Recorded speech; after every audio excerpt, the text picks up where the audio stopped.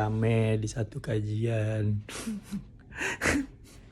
Ustadznya kena prank karena di barisan yang cewek-cewek